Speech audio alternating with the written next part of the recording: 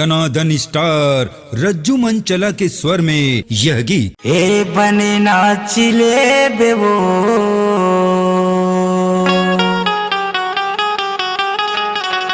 अरे आय हज बिहाव घर मनाचिले बे ये तहु नाचिले बेगा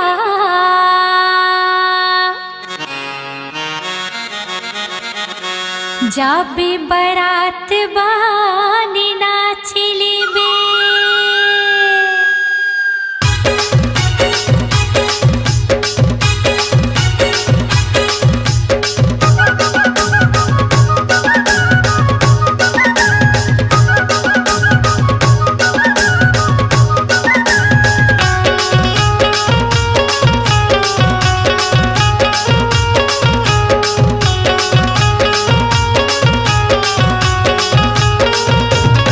बने नाच ले बेवो आय हज बिहाव घर में नाच ले बे ए बने नाच ले बेवो आय हज बिहाव घर में नाच ले बे बने नाच ले बेगा आय हज बरात बने नाच ले बे बने नाच ले बेगा जाबे बरात बने नाच ले बे नाच ले बेवो नाच ले बेवो नाच ले बे नाच ले बेगा नाच ले बेगा मत काले बे ए बने नाच ले बेवो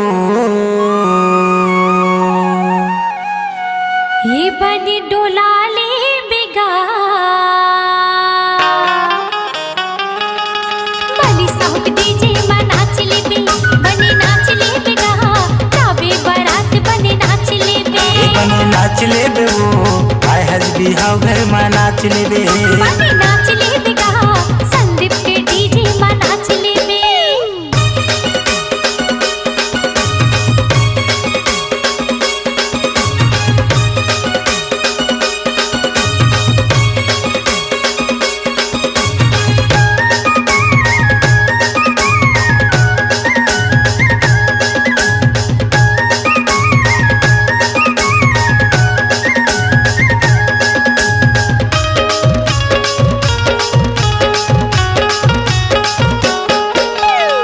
समझी टूरी है भारी मटमटी पूरा मला लाइन देते कैसे मापटी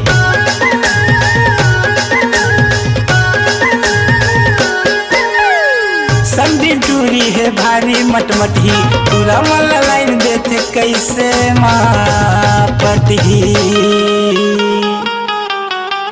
अवे बने डोला ले बेवो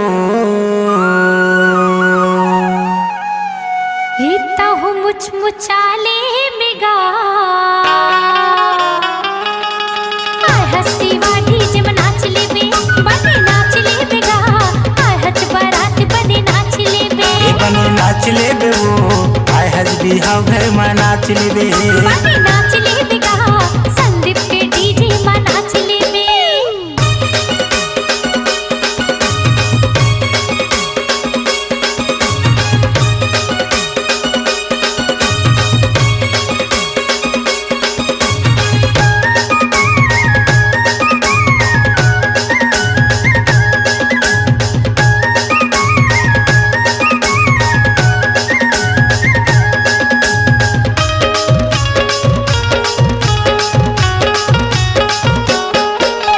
डीजे वाले बाबू बने बजा दे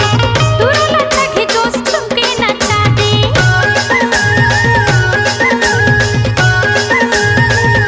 डीजे वाले बाबू बने बजा दे बाराती ला तक जोश तुमके नचा दे ये बने हलाले बेगा अवे बने डोला ले बेवो बली साहुक डीजे में नाच ले बे बने नाच ले बेगा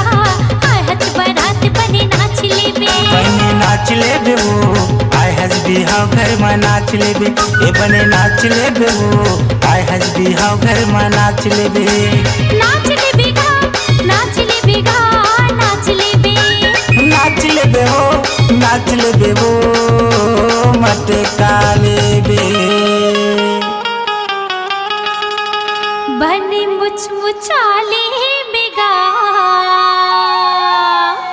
ए बने नाचिले बेबो आय हज बिहाव घर में नाच लेबे ए बने नाच लेबे वो आय हज शादी घर में नाच लेबे बने नाच लेबे गा जाबे बारात बने नाच लेबे ए बने नाच लेबे वो आय हज बिहाव घर में नाच लेबे बने नाच लेबे गा आय हज बारात बने नाच लेबे ए बने नाच लेबे वो संगीत के डीजे में नाच लेबे। अपनी आवाज को दीजिए एक नया मुकाम। डिजिटल रिकॉर्डिंग की दुनिया का जाना पहचाना नाम स्वरांजलि, जहां गूंजती हैं ध्वनियां अपनी माटी की सौंधी सुगंध के साथ। छत्तीसगढ़ी संगीत के